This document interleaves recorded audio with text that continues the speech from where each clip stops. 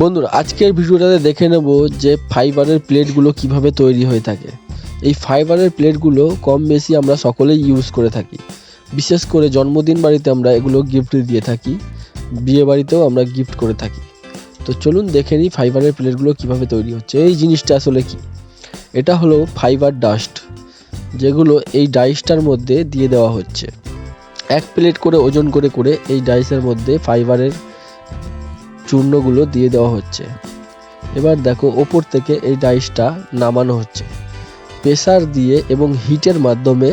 পুরোপুরি একটা থালার শেপে এই প্লেটগুলো চলে আসছে।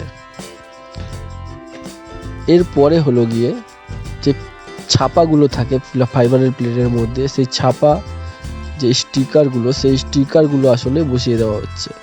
আপনারা যদি ভালো করে ইউজ করে থাকেন এই ফাইবার প্লেটগুলো, তাহলে দেখবেন এই ছাপাগুলো একসময় উঠে যায়। আর তার কারণ হলো এগুলো স্টিকার। এবার এই ছাপাগুলোর উপরে এই যে অয়েলের মতন দেওয়া হচ্ছে, এটা এক ধরনের গ্লু, যেটা এই হিটের মধ্যে হিট দিয়ে থালার মধ্যে শুকিয়ে দেওয়া হবে। আর যার পরিবর্তে এই গ্লুগুলো শুকিয়ে যাওয়ার পরে একটা গ্লেসি ভাব চলে আসবে, যার মাধ্যমে এই ফাইবারের প্লেটগুলোর মধ্যে একটা গ্লেস চকচকে ভাব চলে আসবে। তো বন্ধুরা, ভিডিওটা কেমন লাগলো অবশ্যই একটু কমেন্ট করে জানাবেন। আর এই ধরনের আরও ভিডিও দেখতে চাইলে অবশ্যই লাইক করে চ্যানেলটিকে সাবস্ক্রাইব করে আমাদের পাশে থাকবেন। আর এই ধরনের নিত্য নতুন ভিডিও আরও দেখতে পাবেন। তো বন্ধুরা দেখো, এই ফাইবারের প্লেটগুলো এবার তৈরি হয়ে গিয়েছে।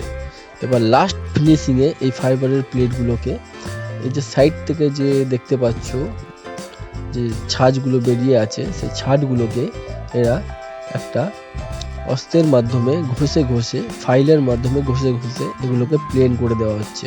আর তারপরে এগুলো চলে যাবে প্যাকেজিং ডিপার্টে।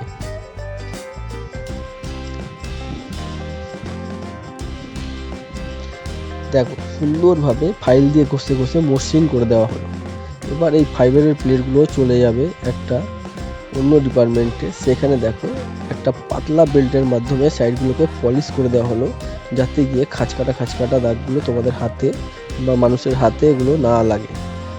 তারপরে পেছন দিকটা দেখো, আবার একটা পালিশ মেশিনে পালিশ করে দেওয়া হচ্ছে।